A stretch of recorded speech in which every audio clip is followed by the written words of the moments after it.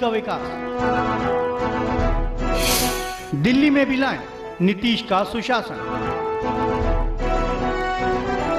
तीर पर दबाएं बटन, जनता दल यूनाइटेड। ऐसा घर आपने नहीं देखा होगा, संभाल के पोछा मारा अभी। आइए। ओ भाई साहब, ये देखिए हॉल, ये देखिए चिल्ड्रंस रूम, देखिए कितना बड़ा है। आपके बच्चे खेलते खेलते थक जाएंगे। हो गया, मजे ले लिए। आइए। और यह है बेडरूम, इसकी खिड़की से तारे दिखते हैं, तारे। आपको क्या लगा प्रॉपर्टी डीलर हुआ? अरे आपको अपना घर दिखा रहा था। Pearls infrastructure. हम जानते हैं कि घर अरमान, उम्मीदों और सपनों का बना होता है, तभी तो हम घर बनाते हैं, जिंदगियां बनाते हैं। अक्षय, बाथरूम कब धोगे? आज संडे है ना।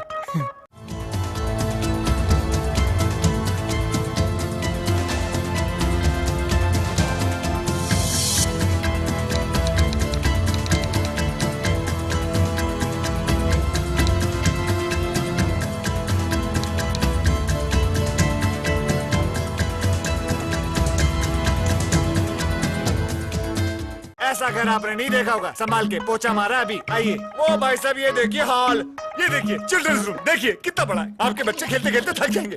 हो गया, मजे ले लिए। आइए। और यह है बेडरूम, इसकी खिड़की से तारे दिखते हैं, तारे। आपको क्या लगा प्रॉपर्टी डीलर हुआ?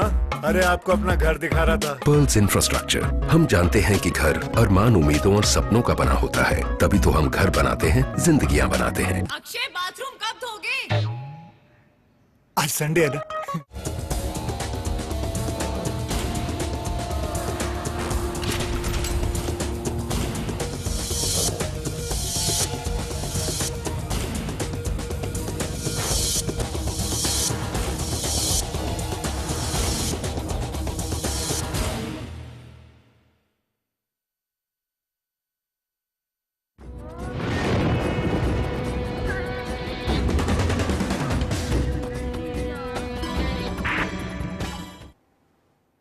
नमस्कार, आप देख रहे हैं तहकीकात और मैं हूं आसिफ खान। तहकीकात में आज दिखाएंगे उस कलयुगी बेटे की करतूत जिसने अपनी ही मां की हत्या कर दी। साथ ही दिखाएंगे कि कैसे जबलपुर पुलिस ने लाखों की वारदात करने वाले गिरोह का पर्दाफाश किया है।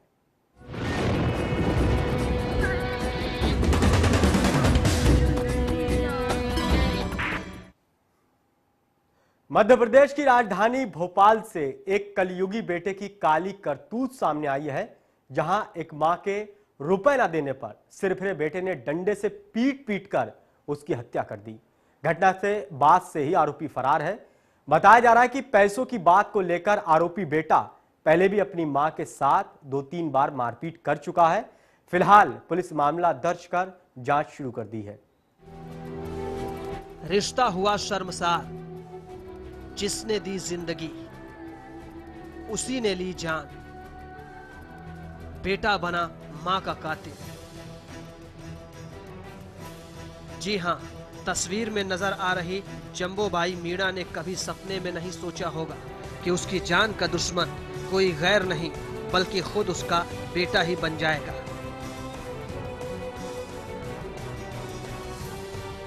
ये खबर सुनकर आप हैरान जरूर हो गए होंगे, लेकिन ये दास्तां बिल्कुल सही और सच्ची है। हर मां अपने बच्चे को बड़े ही नाजोपाल से पोसकर बड़ा करती है और सोचती है कि ये उसके बुढ़ापे का सहारा बनेगा। लेकिन जंबोबाई के साथ तो बिल्कुल उल्टा हुआ। मां के कत्ल की ये वारदात भोपाल के कोलार रोड की है, जहां के अकबरपुर गांव में जंबोबाई अपने 25 साल के बेटे दशरथ और पप्पू के साथ रहती थी। पप्पू बेरोजगार था और अक्सर अपनी मां से पैसों की मांग करता था। जंबोबाई ने अपना एक खेत बेचा था और पप्पू खेत बेचने के बाद मिले रुपयों में से कुछ रकम की मांग कर रहा था, लेकिन उसकी मां ने उसे पैसे देने से इनकार कर दिया। ये बात उसे गवारा नहीं गुजरी और उसके सिर पर भूत सवार हो गया। दशरथ ने अपनी मां को डंडे से पीट पीट कर मौत की नींद सुला दिया। भैया यहाँ ये हुआ कि सुबह सुबह जैसे ही मतलब शाम की टाइम इनका भाई आया, उन्हें देखा, भैंस लगाने आते हैं वो, भैंस लगा के चले गए। तो दो ही मम्मी और पापा, मम्मी और लड़का था यहाँ पे। तो इन दोनों में तो बहस तो कभी होती ही थी हमेशा ही, भैया और बेटे में। एक ही लड़का था तो वो क्या दिमाग से भी थोड़ा पागल था, तो ये पहले उसके ऐसे कारनामे थे कि इससे लगता था कि हाँ वो पागल ही है। अभी सुबह जब से इनका इंतकाल हुआ है तब से पता ही नहीं है उनको। वारदात को अंजाम देने के बाद हत्यारा बेटा मौके से फरार हो गया। वहीं पड़ोसियों को जैसे ही वारदात की खबर लगी वो भागे हुए जंबोबाई के घर पहुंचे, लेकिन इससे पहले ही उसने दम तोड़ दिया। फौरन ही वारदात की सूचना पुलिस को दी गई। पड़ोसियों की माने तो पप्पू को शराब की लत थी और वो अक्सर अपनी मां से झगड़ा करता था। इससे पहले उसने लात घूंसों से उसकी पिटाई की थी और एक बार तो मां पर हंसिये से हमला करके भाग चुका था, जिस पर जंबोबाई ने उसके गुम होने की शिकायत कोलार थाने में की थी। लेकिन आज उसने ऐसी वारदात को अंजाम दे दिया जिसके बारे में कभी किसी ने कल्पना भी नहीं की थी। अब ये तो डंडे से मारा हुआ है, क्योंकि डंडा पुलिस वालों को मिला है। कच्ची थी गिलिया थी, उससे मार दिया तो वही मिला, वही बरामद की है। कनपेटे में लगी हुई है चोट कान के पास। अक्टूबर की बात है कि अक्टूबर में एक बार इन पे हमला किया था उसने, तो उनके जो हंसिया रहता है ना, वो हंसिया मार दिया था, तो उसके कारण लगता था कि हाँ। खबर मिलते ही पुलिस मौके पर पहुंची तो आंगन में जंबोबाई की लाश पड़ी थी और दशरथ गायब था। पास ही वो डंडा भी पड़ा था जिससे हमला किया गया था। पुलिस आरोपी की तलाश कर रही है। पुलिस को शुरुआती जांच में पता चला है कि आरोपी पप्पू पहले भी 2-3 बार अपनी मां के साथ पैसों को लेकर हुए विवाद में मारपीट कर चुका है। फिलहाल पुलिस ने मामला दर्ज कर आरोपी की तलाश शुरू कर दी है। कोलार रोड थाने में अकबरपुर नाम का एक गांव है, वहाँ पे सामने थाने के सामने जो क्षेत्र है वहाँ एक मंदिर के पास झोपड़े में एक माँ और बेटे साथ में रहते थे। माँ का नाम जंबोबाई है और लड़के का नाम पप्पू और दशरथ है। और लेडी जो है विडो है, वो कोई ज़मीन वमीन बेची थी, उसका पैसा उसके पास था। उस बात को लेके पहले भी बच्चे का और उसका विवाद हुआ था। 27-28 साल का लड़का है और कोई काम धाम नहीं करता है, शराब पीता है, तो पैसे वैसे की बात थी। इस बात पर एक आध बार वो पहले भी अपनी माँ को मारपीट किया था, लेकिन माँ ने लड़का समझ के उसकी कोई रिपोर्ट नहीं की थी। तो आज रात को रात में वो एक लाठी से उसके सिर में मारा है, तो शी फाउंड डेड। पुलिस आरोपी बेटे के खिलाफ मुकदमा दर्ज कर उसकी तलाश कर रही है। वहीं इस घटना ने मां और बेटे के रिश्ते को तार-तार कर दिया है और ये भी साफ कर दिया है कि आज के युग में इंसान पैसों की लालच में जिंदगी देने वाली की भी जान लेने से नहीं कतराता। भोपाल से विवेक पटेरिया के साथ अर्पणा दुबे की रिपोर्ट, चैनल 1 न्यूज। यौन शोषण के आरोप में कथावाचक आसाराम के बेटे नारायण साईं पर एक के बाद एक आरोपों का पुलिंदा खुलता जा रहा है। नारायण साईं के साधकों ने बलात्कार मामले की तफ्तीश में जुटी पुलिस की डीसीपी शोभा भूतड़ा को जान से मारने की धमकी दी है। नारायण साईं पुलिस से भागता फिर रहा है और उसके समर्थक आपक हो रहे हैं। उनकी हिमाकतें अब हद पार कर रही हैं। पुलिस की सख्ती से बौखलाए उसके गुंडे पुलिस को धमकियां दे रहे हैं। सूरत में नारायण साईं पर दुष्कर्म के आरोप की जांच कर रही महिला डीसीपी शोभा भूतड़ा को जान से मारने की धमकी दी गई है। डीसीपी शोभा ने उमरा थाने में रिपोर्ट दर्ज कराई है कि 16 और 18 अक्टूबर की रात कुछ लोगों ने उन्हें फोन करके धमकी दी कि अगर वो नारायण साईं के खिलाफ कोई कार्रवाई करेंगी तो उन्हें जान से मार दिया जाएगा।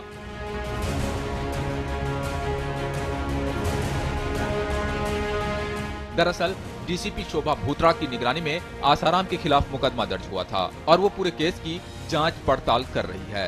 फिलहाल डीसीपी ने उच्च अधिकारियों से बात करने के बाद आसाराम समर्थकों के खिलाफ शिकायत दर्ज करवा दी है और पुलिस इस मामले की जांच में जुट गई है। हमने इस बारे में कल ही यहाँ पे सूरत सिटी के उमरा पुलिस स्टेशन में ऑफेंस रजिस्टर करवाया है। इसमें इस प्रकार की धमकियाँ थी कि अगर इसमें आप नारायण साईं को जो परेशान कर रहे हैं ये बंद कर दे और इसमें अगर आप उनको ढूंढना बंद नहीं करते हैं तो हम आपको गोली से मार देंगे एंड ऑल दैट। कितनी बार फोन आया और कहाँ से आपने लोकेशन ट्रेस की और जो आदमी ने फोन पर धमकी दी उसके बारे में आप क्या बता सकते हैं? हमने जो ट्रेस किया है कॉल मध्य प्रदेश का है, बाकी जो डिटेल्ड इन्वेस्टिगेशन है वो अभी इन्वेस्टिगेशन ऑफिसर करेंगे। और एक ही नंबर से ये जो फ़ोन आया है स्पेसिफिकली जिसके खिलाफ हमने ऑफेंस रजिस्टर करवाया है वो 16th एंड 18th का है। आसाराम के साधक ने बलात्कार मामले की जांच कर रही सूरत की महिला डीसीपी शोभा भूतड़ा को मोबाइल पर हिंदी भाषा में जान से मारने की धमकी दी है। शोभा से धमकी भरे स्वर में कहा गया कि अगर आप नारायण साईं के खिलाफ किसी भी तरह की कार्रवाई करती हैं तो आपको गोली से उड़ा देंगे।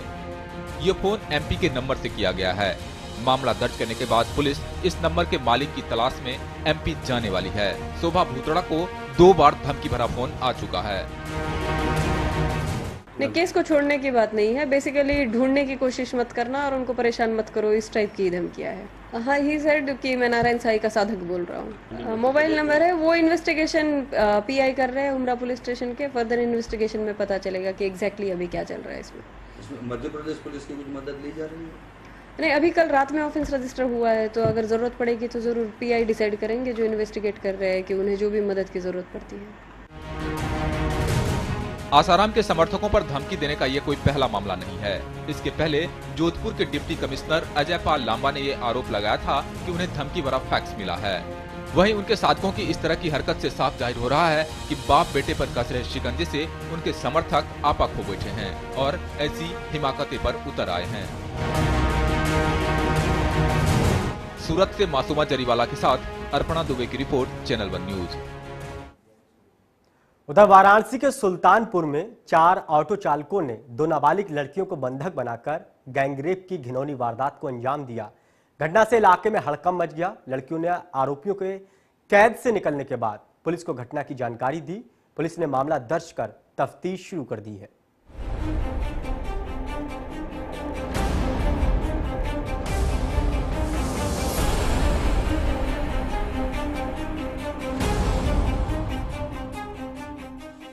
प्रदेश में एक बार फिर इंसानियत को शर्मसार करने वाली घटना सामने आई है। इस घटना ने जहां एक बार फिर इंसानियत को हिलाकर रख दिया है। दरअसल मामला है वाराणसी के सलारपुर का, जहां 2 नाबालिग लड़कियां अपने ननिहाल से वापस लौट रही थी। उन्हें घर जाने के लिए एक ऑटो वाले ने अपने ऑटो में धोखे से बिठाया, जिसमें पहले से 4 लोग मौजूद थे। उनमें से चारों लोग लड़की को अगवा कर सलारपुर ले गए और 24 घंटे तक लड़कियों को बंधक बनाकर अपनी हवस का शिकार बनाया।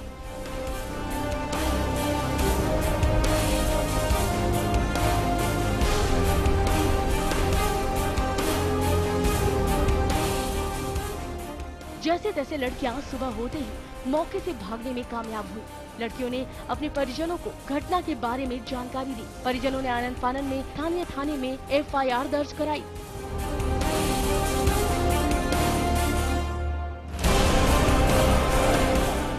वहीं पुलिस ने पीड़ित परिवार की शिकायत के आधार पर एक आरोपी को गिरफ्तार कर लिया है, तो वहीं 3 आरोपी अभी भी पुलिस की गिरफ्त से बाहर हैं।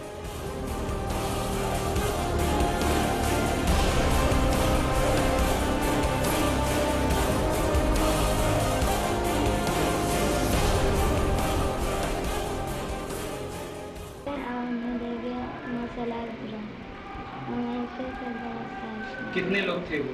4 लोग। और तुम्हारे साथ कोई और भी था घर का? घर का ये मेरी बहन थी। उसके साथ भी कुछ घटना हुई? हाँ। क्या? एक लोग उसके 3 लोग हम सुबह आ गए पानी में गिनते। कैसे वो लोग छोड़ दिया आपने? नहीं छोड़े नहीं, बहुत मारे थे हमने। तो कैसे भागे? 4 लोग। उसकी औरत आई थी, मतलब उनके घर वाले आए थे, औरत लोग थोड़े औरत आई थी, मारी, हम उसके भगाई, हम भागे। वहाँ से भाग के सुबह आए, पानी घर से लगा भीना। उसमें से कोई पकड़ा गया? भीनते हुए सुबह आए घर पे 6 बजे। मानवता को शर्मसार करने वाली इस घिनौनी हरकत से परिजनों सहित लोग भी हैरान हैं। जहां पीड़ित पक्ष प्रशासन से न्याय की गुहार लगा रहा है, वहां पुलिस प्रशासन का कहना है कि वो मामले की जांच में जुट गई है।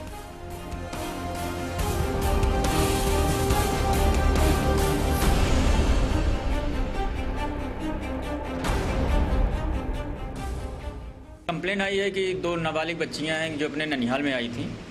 यहाँ सरेम उनका ननिहाल है और घर जाने के लिए वो टेम्पो पकड़ने के लिए बाहर आई तो एक टेम्पो में 4 लड़के आए जो उनको बैठाए घर जाने के लिए, फिर घर की तरफ ना ले जा करके इधर सारनाथ में सलारपुर एक गांव है वहाँ लेकर चले आए और रात भर उनको अपने साथ रखे रहे। फिर उनके साथ उन लोगों ने दुष्कर्म किया है।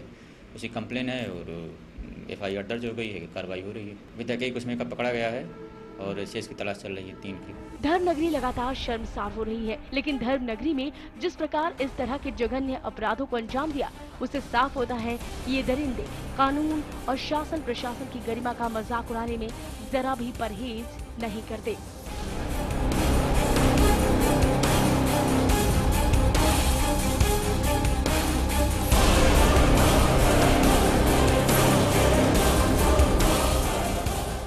Shaista Saifi, channel one news. वक्त है एक छोटे से ब्रेक का, जल्द हाजिर होते हैं कुछ और खुलासों के साथ। आप बने रहिए हमारे साथ।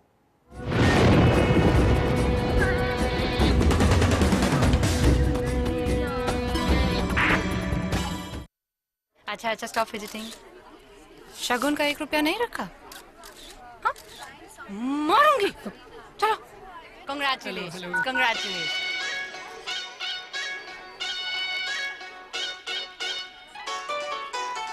शगुन कहाँ है? 1 रुपए का ही है। देखो वीडियोस 1 रुपए में। 52010 पे कॉल करो, क्लिक करो, चूज करो, एंजॉय करो। 1 रुपए में सुपर हिट। अगर बदलनी है दिल्ली की तस्वीर, लाना है राजधानी में सुशासन, तो दीजिए जनता दल यूनाइटेड को मौका। साबिर अली के नेतृत्व में होगा दिल्ली का विकास। दिल्ली में भी लाएं नीतीश का सुशासन।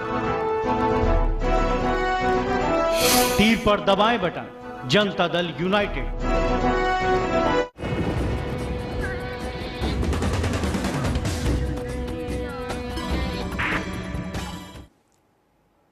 ब्रेक के बाद आपका स्वागत है। इलाहाबाद के पीपल गांव में कुछ बदमाशों ने बीएसपी नेता डॉक्टर दिनेश गौतम की गोली मारकर हत्या कर दी। बीएसपी नेता पड़ोस के फंक्शन से वापस लौट रहे थे। रास्ते में बदमाशों ने डॉक्टर दिनेश गौतम पर कई राउंड फायरिंग की, जिसमें बीएसपी नेता की मौके पर ही मौत हो गई। Doctor Dinesh Gautam Allahabad city west विधानसभा से बीएसपी उपाध्यक्ष थे। हत्या में गांव के ही लोगों का हाथ होने की बात सामने आई है। प्रदेश में लगातार गुंडाराज बढ़ता ही जा रहा है। बेखौफ बदमाश लूट, हत्या और डकैती जैसी वारदातों को ताबड़तोड़ अंजाम दे रहे हैं। वहीं प्रशासन इस गुंडे राज के सामने बौना नजर आ रहा है। दरअसल मामला है इलाहाबाद के पीपल गांव का, जहां इलाहाबाद वेस्ट विधानसभा बीएसपी उपाध्यक्ष डॉक्टर दिनेश गौतम पर कुछ बदमाशों ने ताबड़तोड़ गोलियां चलानी शुरू कर दी। बदमाशों ने घटना को उस वक्त अंजाम दिया जब डॉक्टर दिनेश गौतम पड़ोस के एक समारोह से अपने कुछ साथी नेताओं के साथ वापस लौट रहे थे। बदमाशों ने डॉक्टर दिनेश पर कई राउंड फायरिंग की, जिससे दिनेश की मौके पर ही मौत हो गई। घटना से इलाके के लोग दहशत में हैं। वहीं रिश्तेदार हत्या के कारणों को राजनीतिक तत्व बता रहे हैं। पीपल गांव में आज उनके यहाँ कथा पार्टी थी, वहीं से लोग लौट रहे थे, जिसमें 3 लोग थे। एक इनके छोटे भाई अनुराग थे और एक इनके साथ जो चलने वाले हैं शहर पश्चिमी विधानसभा प्रभारी हैं मंजीत कुमार कुशवाहा उठाफी, और ये भी शहर पश्चिमी विधानसभा के उपाध्यक्ष हैं। तो इनकी मतलब कि कई लोग इनको मतलब तड़े हुए थे। अब इनका आज कई महीने से काम नहीं चल रहा था। 9 महीने बाद इनके 2 काम हुए, 1-2 काम हुए। तो कुछ लोग गुंडा टैक्स मांगने के तरीके से ये हुआ है, और इनकी दस्ती भी लिखवाने के लिए बहुत कोशिश करें, मगर गवर्नमेंट ने इनकी दस्ती नहीं लिखी। डॉक्टर दिनेश की गिनती इलाहाबाद में पार्टी के तेज तर्रार नेताओं में होती थी।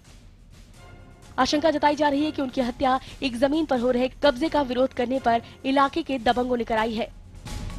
परिवार वालों की शिकायत पर पुलिस ने 4 लोगों के खिलाफ केस दर्ज कर मामले की तहकीकात शुरू कर दी है। फिलहाल किसी भी आरोपी को गिरफ्तार नहीं किया जा सका है। बीएसपी ने 24 घंटे में हमलावरों की गिरफ्तारी न होने पर विरोध प्रदर्शन करने की चेतावनी दी है। ये पीपल गांव में रहने वाले हमारे विधानसभा उपाध्यक्ष हैं दिनेश गौतम जी, और बता रहे हैं कि कुछ थोड़ा ज़मीन के चक्कर में इनकी हत्या हो गई है, इनको गोली मार दी गई है। और मारने वाले यही गांव के हैं, जो कि बता रहे हैं क्राइम प्रवृत्ति के हैं, जिनके ऊपर FIR भी है, पहले से मुकदमा है। उन लोगों ने इनकी हत्या की है। और मैं चाहती हूँ कि अभी यहाँ पर जो हैं, अभी इनका FIR कराया जा रहा है। और मैं शासन प्रशासन से चाहूँगी कि इनको न्याय मिलना चाहिए, इनके परिवार को न्याय मिलना चाहिए। जहां बेखौफ बदमाश अपने काले कारनामों को धड़ल्ले से अंजाम तक पहुंचा रहे हैं, वहीं पुलिस प्रशासन इस घटना को आपसी रंजिश करार दे अपना पल्ला झाड़ता नजर आ रहा है। हालांकि परिवार वालों की शिकायत पर पुलिस ने 4 लोगों के खिलाफ रिपोर्ट तो दर्ज की है, लेकिन हत्या आरोपी अभी भी पुलिस की गिरफ्त से बाहर है। अभी हम लोग प्राइमरी स्टेज पे फैक्ट फाइंडिंग इंक्वायरी कर पाए हैं। 4-5 आदमियों के नाम सामने आ रहे हैं। संभवतः किसी पार्टी में वो लोग गए थे, वहाँ कुछ विवाद हुआ है, उसको लेकर के घटना घटित हुई। अभी तक ऐसी कोई बात प्रकाश में नहीं आई है। जो प्रथम दृष्टया बात आई है वो वही है कि प्लाट की खरीद फरोख्त में चूंकि दोनों पक्ष दलाली करते थे, हो सकता है उसमें कोई विवाद हुआ हो। शेष बातें उनके परिजनों से पूछताछ करने के बाद स्पष्ट होंगी। देश में आए दिन लोगों को अपना शिकार बनाते ये आरोपी कानून को अपने पैरों तले रौंदने में जरा भी परहेज नहीं करते, लेकिन शासन प्रशासन इन बढ़ती आपराधिक वारदातों से कुछ सीखने के लिए राजी नजर नहीं आता।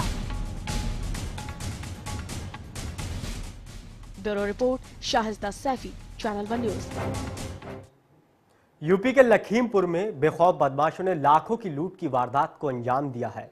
इलाहाबाद बैंक के ATM पर करीब आधा दर्जन बदमाशों ने धावा बोल दिया और लगभग 9 लाख की नकदी लूट कर फरार हो गए। बदमाश इतने शातिर निकले कि कोई सुराग ना रह जाए, इसके लिए जाते जाते ATM को आग के हवाले कर दिया।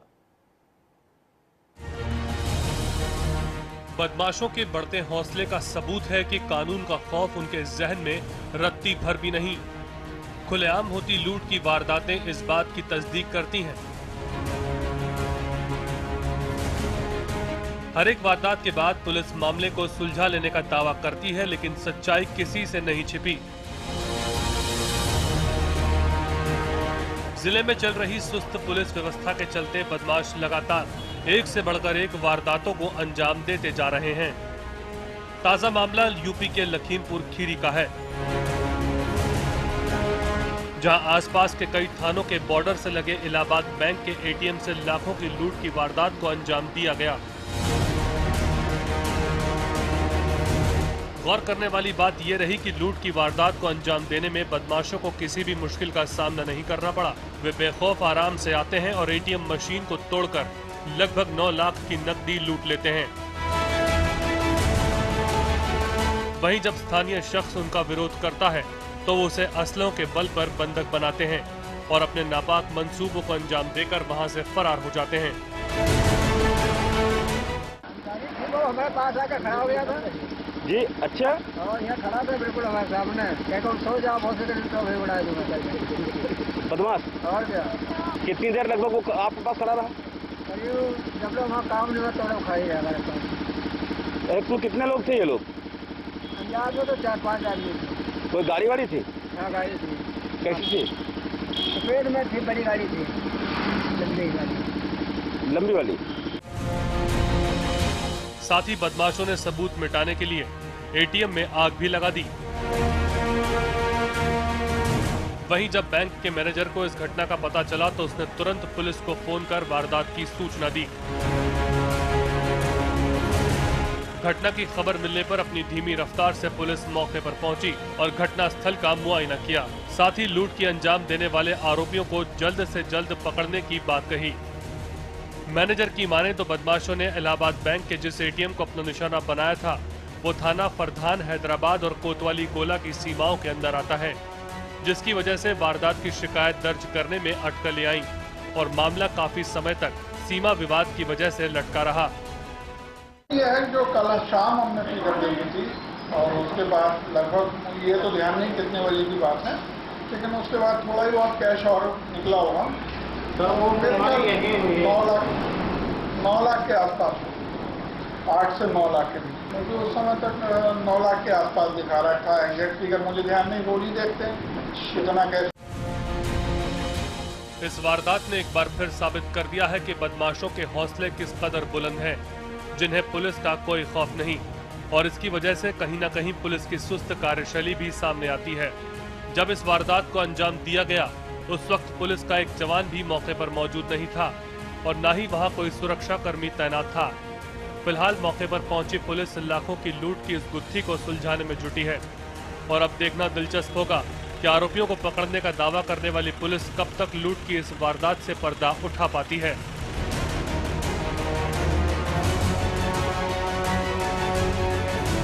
लखीमपुर खीरी से अनूप गुप्ता के साथ अर्पणा दुबे की report, channel 1 news.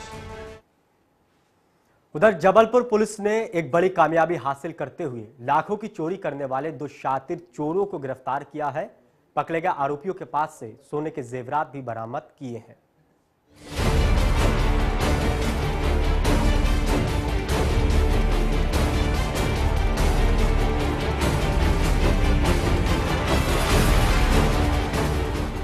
Jabalpur police ने चोरी करने वाले 2 ऐसे बदमाशों को पकड़ने में बड़ी सफलता हासिल की है, जिसने चोरी तो बड़ी ही सफाई से किया था, लेकिन चोरी के माल को गलत जगह ठिकाने लगा दिया, जिसकी वजह से उसका भंडाफोड़ हो गया। मामला जबलपुर ओमती थाने का है।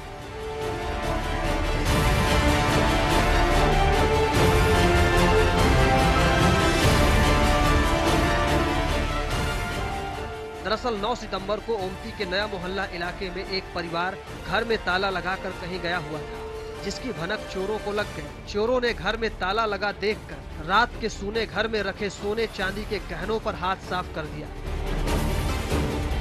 जब घर वाले वापस आए तो उनके होश उड़ गए। घर का ताला टूटा हुआ था। घर के अंदर नजारा देखकर उनके पैरों तले जमीन खिसक गई। घर के अंदर सामान बिखरा पड़ा था और घर में रखे सारे गहने गायब थे। आनंद फानंद में पीड़ित परिवार ने इसकी सूचना पुलिस को दी।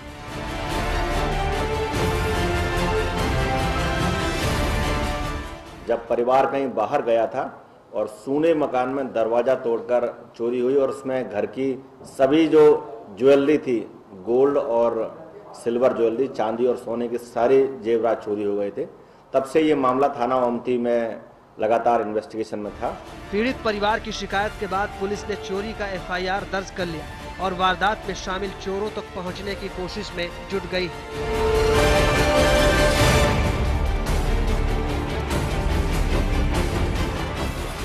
लेकिन उससे पहले ही चोर अपने ही बिछाए जाल में फंस गए।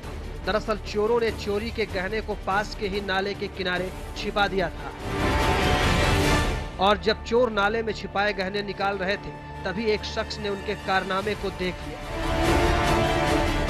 फिर क्या था, भेद खुल गया। फौरन ही पुलिस को इत्तला दे दी गई। सूचना मिलते ही इस बार पुलिस ने बिना देर किए मौके पर पहुंचकर शातिर चोरों को सामान के साथ रंगे हाथों गिरफ्तार कर लिया।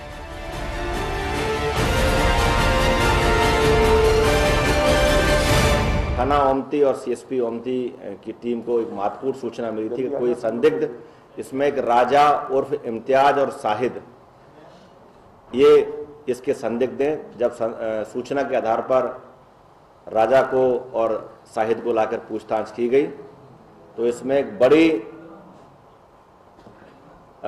चोरी जो थी उसमें खुलासा हुआ है। इस चोरी की महत्वपूर्ण विशेषता ये है खुलासे की कि जो जेवरात चोरी हुए थे वो मूल रूप से जब्त हुए। सभी गोल्ड और सिल्वर ज्वेलरी जैसी चोरी गई थी उसी प्रकार की बरामद करने में पुलिस को महत्वपूर्ण सफलता मिली है और लगभग 6 लाख का मसरूका इसमें जब्त हुआ है।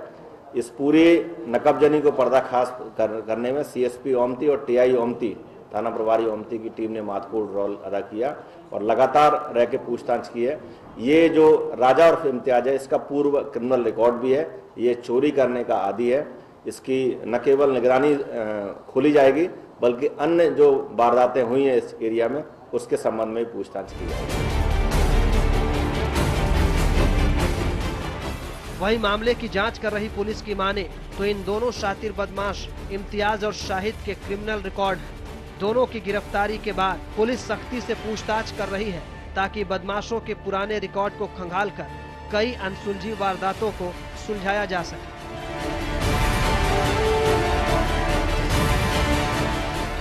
जबलपुर से फतेह सिंह के साथ हेमा बजेली, चैनल 1 न्यूज। सिर्फ खबरें दिखाना हमारा मकसद नहीं, हमारा मकसद है आपको आगाह करना, ताकि आप किसी अनहोनी के शिकार होने से पहले ही हो जाएं होशियार। तहकीकात की इस कड़ी में अभी के लिए बस इतना ही। हमारी तहकीकात जारी रहेगी। फिलहाल नमस्कार।